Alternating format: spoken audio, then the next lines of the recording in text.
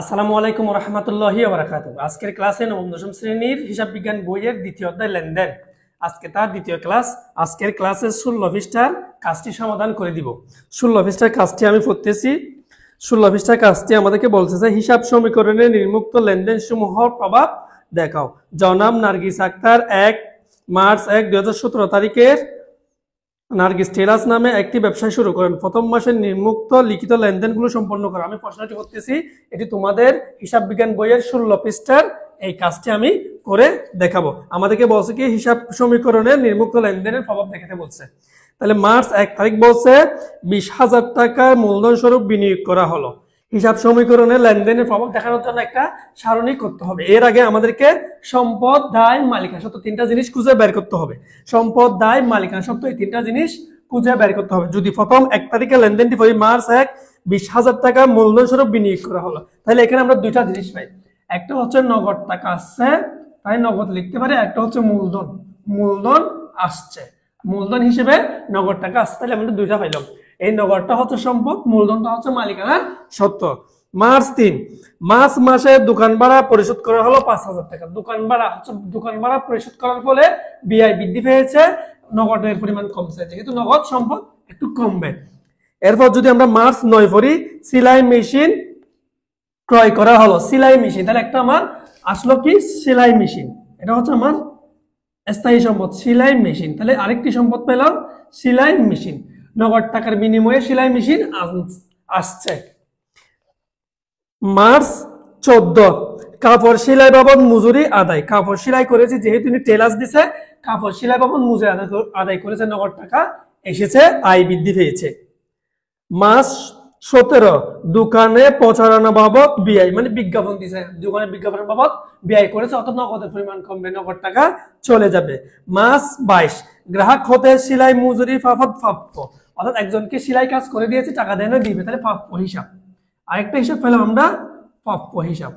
প্রাপ্য হিসাব, প্রাপ্য হিসাব নগদ, এখানে প্রাপ্য হিসাব আর আয় হিসাব।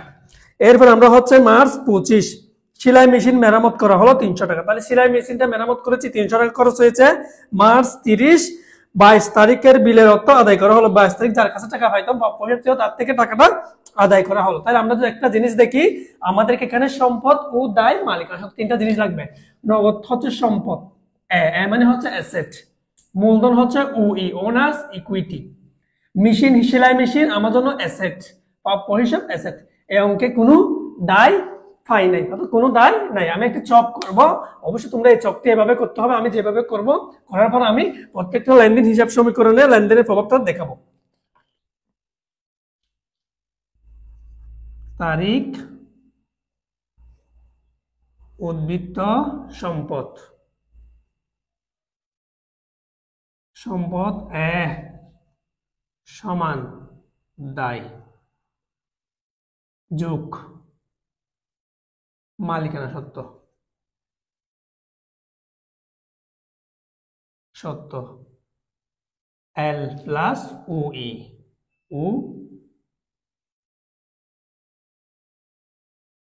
ও ই মন্তব্য। তাহলে আমি একটি চক করে নিলাম, এভাবে তোমাদের চক করতে হবে। নার্গিস টেলার্স 2017 সালে মার্চ মাসের লেনদেন সমূহের প্রভাব হিসাব সমীকরণে দেখানো হলো। তারিখ, উদ্বৃত্ত সম্পদ সমান দায় যোগ মালিকানা সত্ত্ব, এদিকে লাগতে হবে মন্তব্য। আর সম্পদ পাইছি আমাদের তিনটা, কি কি?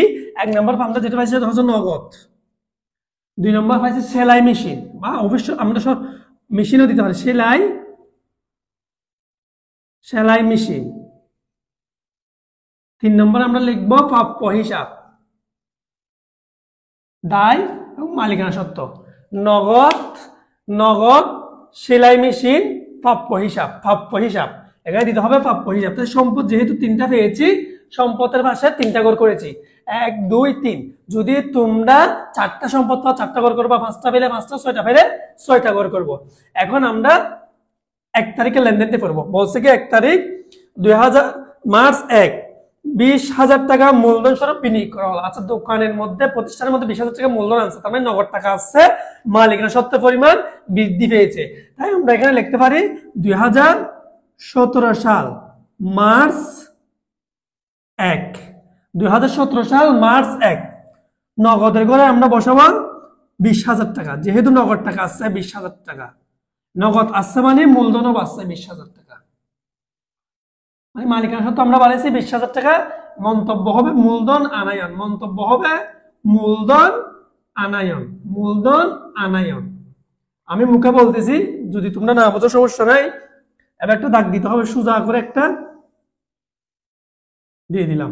এখন আমরা উদ্বৃত্ত, এদিকে না উদ্বৃত্ত লিখতে হবে, উদ্বৃত্ত অথবা ব্যালেন্স। আমি উদ্বৃত্ত লেখা হবে, টাকাটা নামাতে হবে 20,000,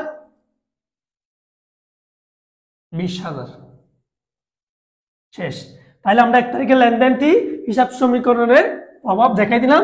এখন এরপর 1 তারিখের পরে আছে আমাদের মার্চ 3। মার্চ মাসের দোকান ভাড়া পরিশোধ করা হলো 5,000 টাকা, 5,000 টাকা দোকান ভাড়া পরিশোধ করা হলো। আমার কাছে বর্তমানে টাকা আছে 20,000 টাকা নগদ। তাহলে দোকান ভাড়া যেহেতু 5,000 টাকা দিয়ে দিয়েছি, তার মানে আমার কমে যাবে, নগদ টাকা কমে যাবে। মার্চ 3, তাহলে তারিখটা আমরা লিখবো মার্চ 3, 5,000 টাকা দোকান ভাড়া দিয়েছি। অবশ্য ব্যাকেট চিহ্ন দিতে হবে যেহেতু মাইনাস হবে, তাহলে মালিকানা সত্ত্ব 5,000 টাকা কমে যাবে। এই মন্তব্য লিখতে হবে ভাড়া বেতন ভাড়া পরিশোধ, ভাড়া পরিশোধ। ব্যাখ্যাটা মন্তব্য লিখবো ভাড়া পরিশোধ, ভাড়া পরিশোধ, ভাড়া পরিশোধ। এবার আমরা সোজা করে একটা দাগ দিয়ে দিব। এখন আমাদেরকে ক্যালকুলেশন করে নামাতে হবে উদ্বৃত্ত, উদ্বৃত্ত। তাহলে 20,000 থেকে যখন 5,000 টাকা চলে যাবে 15,000 টাকা, এদিকে নাই, এদিকে নেব 15,000 টাকা শেষ। এরপর 3 তারিখের লেনদেনের পর আমরা এখন করব মাস 9, নগদের সেলাই মেশিন ক্রয় করা হলো 15,000 টাকা, নগদের সেলাই মেশিন ক্রয় করা হলো 15,000 টাকা। তাহলে আমাদের থেকে নগদে, যেহেতু নগদে বলছে, তাহলে আমরা এখন যে কাজটা করতে পারি, একটা আমার কাছে সেলাই বলছে মার্চ 9 তারিখ সেলাই মেশিন আসছে একটা 15,000 টাকার। যেহেতু সেলাই মেশিন কিনেছি, সেলাই মেশিন বেরিয়েছে 15,000 টাকা, কিন্তু একটা কাজ হয়েছে, নগদ টাকাটা চলে গেল, নগদ টাকাটা চলে গেল। কিন্তু আমার মালিকানা সত্ত্ব কোনো পরিবর্তন হবে না। কেন? দেখো, আমার কাছে নগদ টাকা 15,000 টাকা ছিল, ওই টাকাটা দিয়ে আমি একটা সেলাই মেশিন করেছি, মানে আমার সম্পদ ঠিক আছে, জাস্ট নগদ অর্থকে আমি সম্পদে রূপান্তর করলাম, স্থায়ী সম্পদে রূপান্তর করলাম, সেজন্য মালিকানা সত্ত্ব কোনো পরিবর্তন হবে না। সেলাই মেশিন 15,000 টাকা বেড়েছে, নগদ টাকা 15,000 টাকা চলে গেছে। এখন আমরা একটা দাগ দিতে হবে, দিয়ে দিলাম। কেন? সেলাই মেশিন ক্রয়, ব্যাখ্যাটা লিখবেন সেলাই মেশিন ক্রয়, সেলাই মেশিন ক্রয়। মন্তব্যটা ইচ্ছা মতো দিতে পারবে, কোনো সমস্যা নাই। উদ্বৃত্ত, তাহলে এখানে আর টাকা নাই, 15,000 টাকা ছিল, ওটা দিয়ে সেলাই মেশিন করেছি, কিনে ফেলেছি, টাকা চলে গেছে, এখানে 15,000 টাকা, 15,000, এখানেও আছে 15,000। আচ্ছা, তাহলে 9 তারিখের কাজ শেষ। এখন হচ্ছে মার্চ 14, কাপড় সেলাই বাবদ মজুরি আদায়, কাপড় সেলাই করেছি, মজুরি পেয়েছি মার্চ 14, তাহলে মার্চ 14 তারিখ দিলাম। আচ্ছা, কাপড় সেলাই করেও 2,000 টাকা পেয়েছে, কাপড় সেলাই করেও 2,000 টাকা পেয়েছে, তবে নগদ তো আসছে, নগদ করে 2,000 টাকা বসে দিবা, 2,000 টাকা। তাহলে আমার মালিকানা সত্ত্বর পরিমাণও বেড়েছে 2,000 টাকা। তাহলে আমরা লিখবো কি? মজুরি আদায়, মন্তব্য লিখবো মজুরি আদায়, মজুরি আদায়। কাজ শেষ, 14 তারিখের কাজ। এখন ক্যালকুলেশন করবো, তাহলে 2,000 টাকা জমা আছে আমার, এদিকে লিখতে হবে উদ্বৃত্ত 2,000 টাকা, 15,000 টাকা, এদিকে হবে 17,000 টাকা, 17,000 টাকা। তাই 9 তারিখের লেনদেনটা আমরা হিসাব সমীকরণে দেখে দিলাম। এখন আমরা কত তারিখ? এখন আছে 17 তারিখ, 14 তারিখের পর 17 তারিখ, মার্চ 17, দোকানের প্রচারণা বাবদ ব্যয় 1,000 টাকা। তাহলে প্রচারণা বাবদ 1,000 টাকা আমরা পরিশোধ করলাম। তাহলে মার্চ 17, মার্চ 17 1,000 টাকা চলে গেছে আমার, বিজ্ঞাপন বাবদ 1,000 টাকা পরিশোধ করতেছি। মালিকানা সত্ত্বেও 1,000 টাকা কমাই দিবা, যেহেতু টাকা চলে গেছে। আমার কাছে 2,000 টাকা নগদ টাকা ছিল, ওইখান থেকে 1,000 টাকা চলে যাবে, কারণটা কি? আমি বিজ্ঞাপন বাবদ 1,000 টাকা দিয়ে দিচ্ছি, প্রচারণা বাবদ। আচ্ছা, এখন উদ্বৃত্ত, তাহলে আর আছে 1,000 টাকা, 15,000 টাকাটা নামাই দিতে হবে, নাই, এখানে আছে 16,000 টাকা, 16,000, এটা হচ্ছে 16। এখানে লিখবো প্রচারণা ব্যয়, বিজ্ঞাপন ব্যয়, লিখতে পারি কি বিজ্ঞাপন ব্যয়। 17 তারিখের লেনদেনটি আমরা করলাম। এখন হচ্ছে 22 তারিখ, গ্রাহক হতে সেলাইয়ের মজুরি বাবদ প্রাপ্য। গ্রাহক হতে সেলাইয়ের মজুরি বাবদ প্রাপ্য, সেলাই কাজটি করে দিয়েছে, টাকা দেনে, টাকা দিবে, তাহলে হচ্ছে কি মার্চ 22।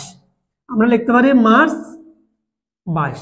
প্রাপ্য হিসাব কত টাকা? প্রাপ্য হিসাবের মধ্যে আছে হচ্ছে 1500 টাকা। প্রাপ্য হিসাবে দিব আমরা 1500 টাকা। নগদও পাই নাই, আবার সেলাই মেশিনও না, শুধু প্রাপ্য। তাহলে এই টাকা অবশ্যই এখানে যোগ করতে হবে, মালিকানা সত্ত্ব টাকাটা অর্থাৎ আমি পাবো।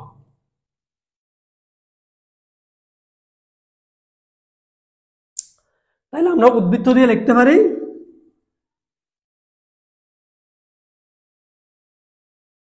উদ্বৃত্ত।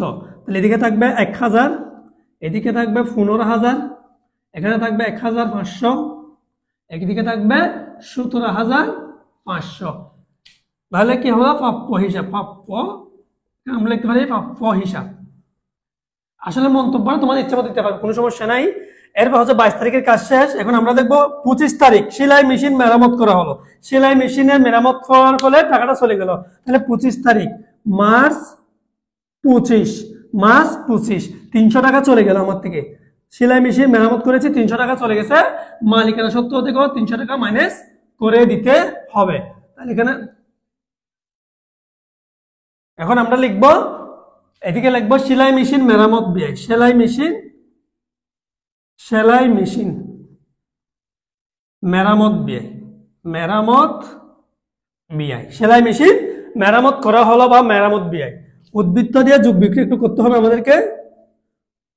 এখন আর আছে 700 টাকা, 700, 15,000, 1500, 17,500 থেকে চলে গেলে 17,200। সর্বশেষ যে তারিখটা আছে মার্চ 30, 22 তারিখের বিলের অর্থ আদায় করা হলো 1200 টাকা। 22 তারিখ গ্রাহক থেকে আমি প্রাপ্য হিসাব থেকে পাইতাম 1500 টাকা, ও আমাকে দিয়েছে 30 তারিখ এসে 1200 টাকা। তার মানে আগে পেতাম নগদ। মার্চ 30 দিয়েছে 1200 টাকা, নগদ টাকা পেয়েছি 1200 টাকা। প্রাপ্য হিসাব কমে যাবে 1200 টাকা। প্রাপ্য হিসাব আগে পাইতাম কত টাকা? 1500 টাকা, সে নগদে দিয়েছে 1200 টাকা। যার কারণে আমি যে কাজটা করেছি, প্রাপ্য হিসাব থেকে 1200 টাকা কমে গেছে, নগদ টাকা 1200 টাকা বাঁচছে। যেহেতু নগদ টাকা বাঁচছে, আমার মালিকানা সত্ত্ব তো ঠিক আছে আগে থেকে। আমরা একটা দাগ দিব। তাহলে আমরা ক্যালকুলেশনটা আমরা করব উদ্বৃত্ত দিয়ে। উদ্বৃত্ত আগে ছিল 700, এখন 1200। তাহলে আমরা লিখতে পারি কি 1900 টাকা। 1900, 12 সাথে 7 যোগ করলে হবে 19। এদিকে ছিল 15,000, তাহলে এদিকে ছিল হচ্ছে 300। তাহলে এখানে থাকবে 17,200। তাহলে আমরা কি গ্রাহক হতে আদায়, মানে গ্রাহক হতে আদায়, এদিকে দেখবো গ্রাহক হতে আদায়, মন্তব্যটা দেখলাম গ্রাহক হতে আদায়। এখন এই অঙ্কটা পুরো অঙ্কটা করে দিয়েছি, সবগুলো লেনদেন আমি হিসাব সমীকরণের প্রভাবটা দেখাইলাম। এখন এই অঙ্কটি হয়েছে কিনা, কাজটা হয়েছে কিনা কিভাবে বুঝবো? সম্পদের পাশের টাকাগুলো আর দায়ার মালিকানার পাশের টাকাগুলো মিলছে কিনা আমরা দেখবো। দেখে এখানে যদি আমরা একটু যোগ করে দেখি, যেমন এখানে আছে 1900 টাকা, 1900 টাকা যোগ 1500 টাকা, 15,000 যোগ 300 যোগ করলে হবে 17,200 টাকা। এই পাশেও আছে 17,200 টাকা। তার মানে আমাদের অঙ্কটা ঠিক আছে, হিসাব সমীকরণের সার সংক্ষেপটা ঠিক আছে। তাহলে আমরা একটু ক্লোজ করে দিচ্ছি, ক্লোজ ক্লোজ। অবশ্যই এখানে একটা দাগ দিতে হবে। দেওয়ার পর এখন এদিকে মুট দিয়ে বসে দিতে হবে। মুট দিয়ে আমাদেরকে বসাতে হবে। মুট দিয়ে আমরা বসাবো, সবগুলো যদি যোগ করি 1900 টাকা, 15,000 টাকা, 300 টাকা যদি যোগ করে হবে 17,200 টাকা। আগে এখানেও যোগ করলে হবে 17,200 টাকা। তাইলে আমাদের দুনো পাশে যেহেতু মিলেছে, সম্পদ সমান দায় যোগ মালিকানা সত্ত্ব, তার মানে আমাদের অঙ্কটি ঠিক আছে। এটা হচ্ছে তোমাদের হিসাব বিজ্ঞান বইয়ের 16 পৃষ্ঠার কাজ। 16 পৃষ্ঠার কাজ নার্গিস টেলাসের। এটাকে আমাদেরকে বের করতে বলছিল হিসাব সমীকরণে নির্মুক্ত লেনদেন সমূহের প্রভাব দেখাও। হিসাব সমীকরণে নির্মুক্ত লেনদেন সমূহের প্রভাব দেখাও। এটা হচ্ছে হিসাব সমীকরণ। এরকম যদি প্রশ্ন বলে তাহলে তোমরা এভাবে একটা চক করতে হবে।